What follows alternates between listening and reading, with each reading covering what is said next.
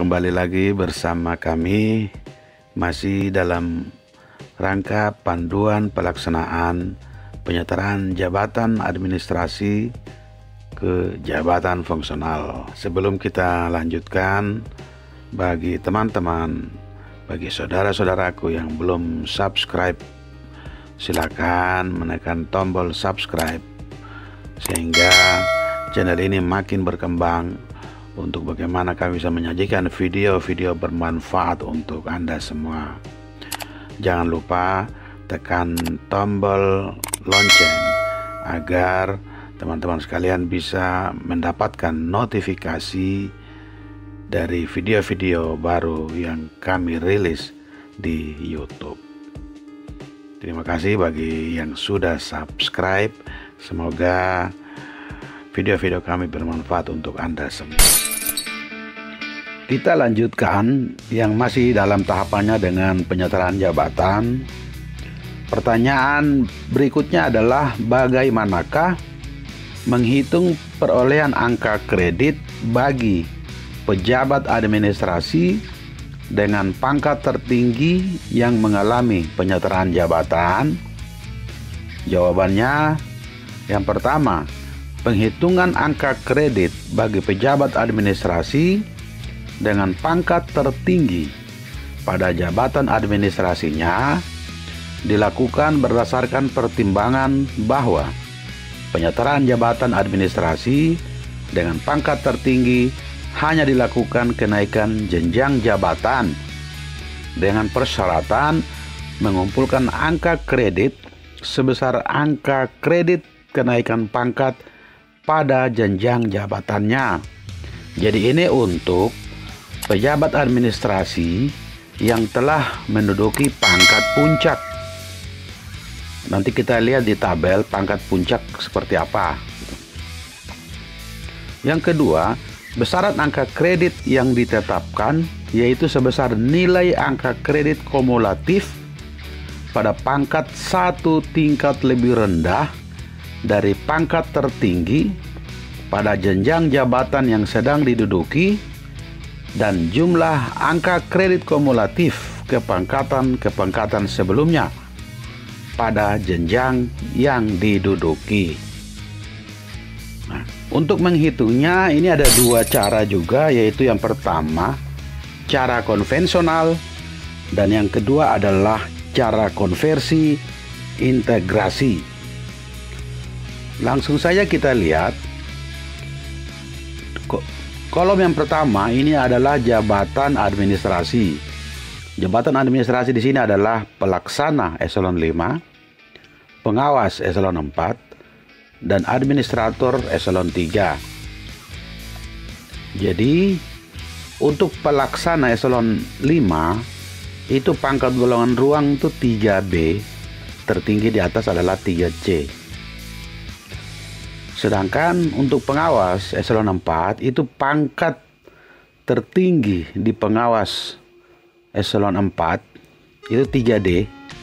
Ada juga yang sudah mencapai 4A dan 4B. Sedangkan untuk pejabat administrator eselon 3 itu pangkat puncak adalah 4B.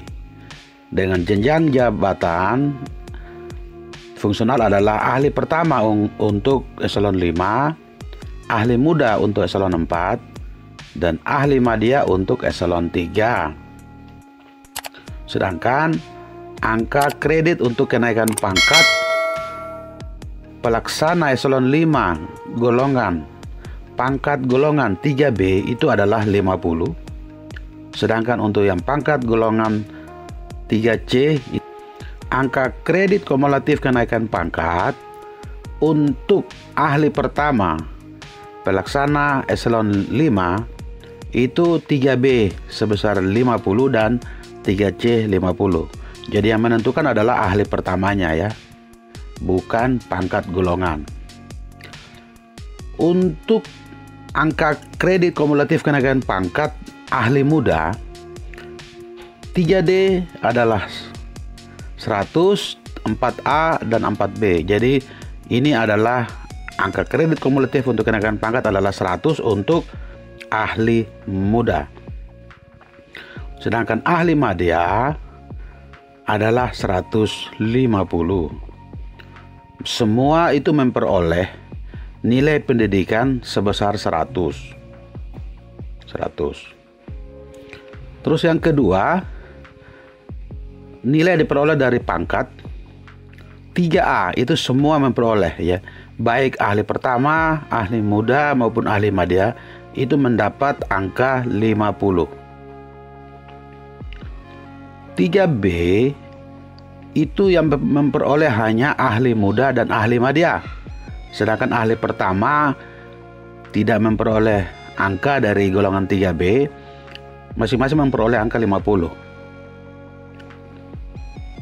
Sedangkan untuk golongan 3C, untuk angka kredit yang diperoleh dari golongan 3C itu diperoleh dari ahli muda dan ahli madya itu masing-masing mendapat 100.